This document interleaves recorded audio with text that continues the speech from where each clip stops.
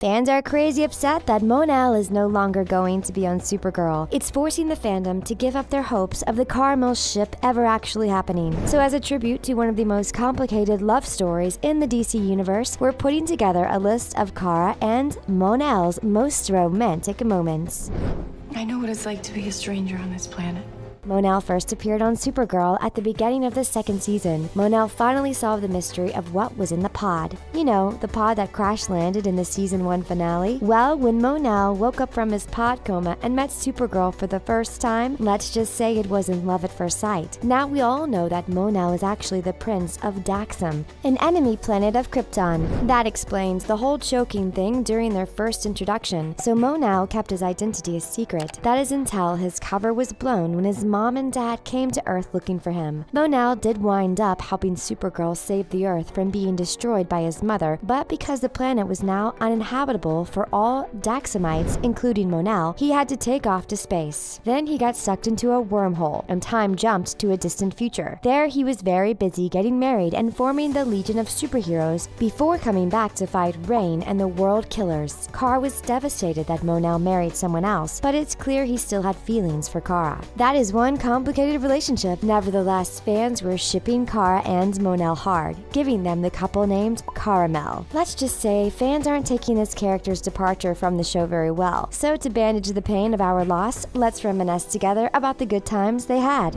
She's his kryptonite. The Valentine's Day episode of season 2 started out pretty rough for Kara, but things really turned around after Supergirl defeated Mr. Mesitspitlik. Mon-El shows up at Kara's apartment to tell her how awesome she is. Super sweet and adorable. He commends her on out-tricking the most cunning intergalactic trickster. He goes on to say that she did it her way without violence. Then he apologizes to her for acting like a jerk. And then he drops the ultimate superhero romance line of all time. And I have realized, that you are my kryptonite. And all the fans everywhere sighed and swooned in unison. Mon-El continues, saying he's never felt this way about anyone. He basically admits that he's crazy in love with her. Then Kara admits that she tricked him when she said they didn't belong together. She said she told him that to protect him. He comes in closer and says, Nothing's stopping us.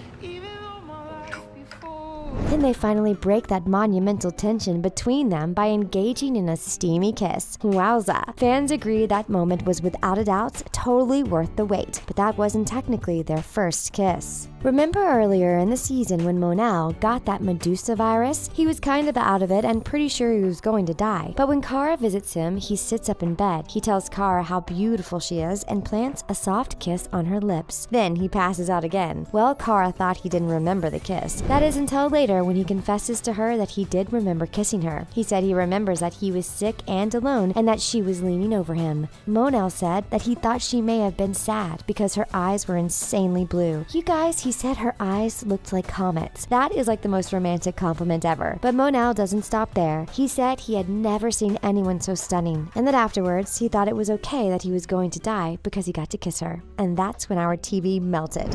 He kept the necklace. We know how important Kara's necklace was to her. Her mother gave it to her before sending her away from her dying planet, Krypton. Kara almost never took that necklace off and wore it into her adulthood. But when Mon-El was leaving Earth, Kara gave that necklace to him so he would always remember her. One of the sweetest scenes between the couple is when Kara realizes that Mon-El kept the necklace. Even after all that time in the future, he said he kept the necklace as a reminder of everything she did for him and taught him. He said he held on to it because it reminded him of her. Kara is holding back tears when she says how much that means to her. Mon-El assures Kara that no matter what century or universe or world he's living in, he would never forget her. The garden scene. There's that gorgeous scene in the garden with Mon-El and Kara toward the end of season 3. Kara is strolling through the garden in that flowing white gown, and Mon-El joins her. It's so perfectly matched the dream she had in the season premiere. Kara shares that she is not cut out for the kind of happiness that Thara has. She says she is happy that Mon-El is there. Kara tells Mon-El that his friendship has made the whole journey a lot easier. She thanks him and hugs him. Then Mon-El confesses that he didn't just come back to help her fight Rain. He says that he also came back to sort out how he felt about Kara.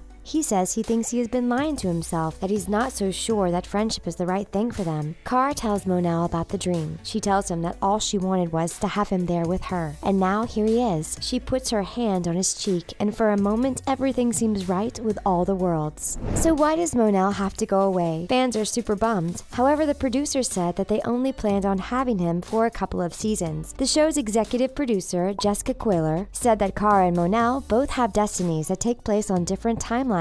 They decided on the sort of Casablanca ending. You're saying this only to make me go. I'm saying it because it's true.